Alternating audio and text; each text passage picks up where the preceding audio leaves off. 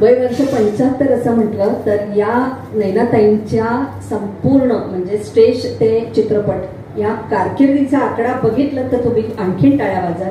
70 वर्ष या नैनाताई अभिनयाच्या माध्यमातून आपल्या समोर येत आहेत.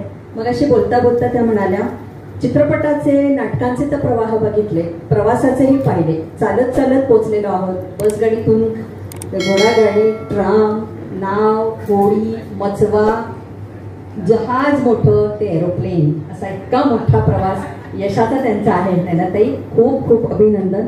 आणि या चित्रपटाविषयी आपण सांगा. प्रत्येक कलाकाराला एक चांगली कलाकृती, एक चांगला निर्माता, एक चांगला चित्रपट ही असण्याची फार आवश्यकता असते. आपलं जी कारकिर्दीचं जे रेकॉर्ड आहे त्या रेकॉर्डमध्ये एक आणखी मानाचं स्थान, मानाचं चिन्ह एक चांगलं असावं असं माझ्यासारख्या कलाकाराला नेहमीच वाटत असतं.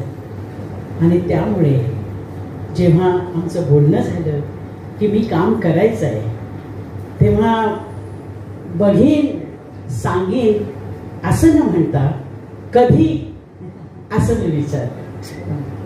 आणि मग हा चित्रपट तर चांगलाच आहे, खूप छान त्यांचं दिग्दर्शन, लेखन हे सर्व चांगलं आहे. आणि मुख्य म्हणजे आमचं शूटिंग जे झालं ते फार्म हाऊसवर झालं. बोलला हो, त्यामुळे खूप गंमत आली.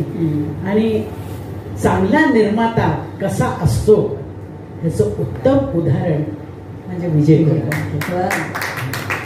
तेव्हा माणूस चांगला आणि निर्माता चांगला अशा दुय्यम भूमिकेतनं ते या इंडस्ट्रीमध्ये वावरत आहेत. आणि इथून पुढे अशाच पद्धतीनं छान छान चित्रपट त्यांनी बनवावेत आणि आम्हाला बोलवावं.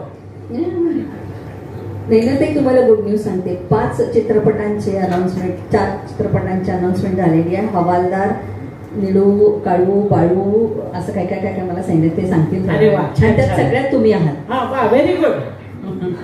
म्हणजे आणखी पुढची 5 वर्ष म्हणजे 75 + 80. येस, इथपर्यंत मी काम करणार. 100. धन्यवाद. नैनाताई, खरं 75चा खूप मोठा सोहळा तुमचा झाला. खरं तर 75 हे नाममात्र आहे.